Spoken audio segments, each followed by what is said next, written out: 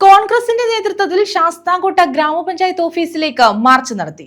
ഗ്രാമപഞ്ചായത്തിലെ സാമ്പത്തിക തട്ടിപ്പിൽ കുറ്റക്കാരെ സംരക്ഷിക്കുന്ന നിലപാടാണ് പഞ്ചായത്ത് ഭരണസമിതി സ്വീകരിക്കുന്നതെന്ന് ആരോപിച്ചാണ് മാർച്ച് നടത്തിയത്. ബ്ലോക്ക് കോൺഗ്രസ് കമ്മിറ്റിയുടെ നേതൃത്വത്തിലായിരുന്നു പ്രതിഷേധം.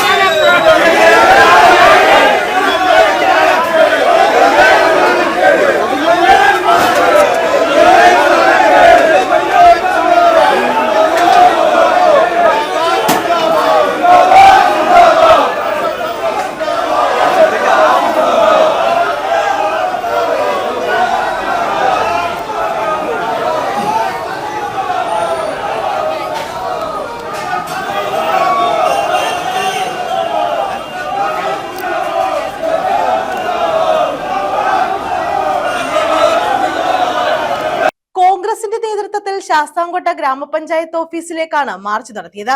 ഗ്രാമപഞ്ചായത്തിലെ സാമ്പത്തിക തട്ടിപ്പിൽ കുറ്റക്കാരെ സംരക്ഷിക്കുന്ന നിലപാടാണ് പഞ്ചായത്ത് ഭരണസമിതി സ്വീകരിക്കുന്നതെന്ന് ആരോപിച്ചായിരുന്നു മാർച്ച്. ബ്ലോക്ക് കോൺഗ്രസ് കമ്മിറ്റിയുടെ നേതൃത്വത്തിലായിരുന്നു പ്രതിഷേധം. KPCC general secretary KP Sreekumar ഉദ്ഘാടനം ചെയ്തു. മറ്റ് സാമഗ്രികളും ഒക്കെ വാങ്ങിയതിന്റെ പേരിൽ കോടിക്കണക്കിന് രൂപയുടെ അഴിമതി നടത്താൻ നേതൃത്വം കൊടുത്തു. അത് നമ്മൾ പറയുന്ന ആക്ഷേപമല്ല, ലോകായുക്തയുടെ കണ്ടെത്തലാണ്.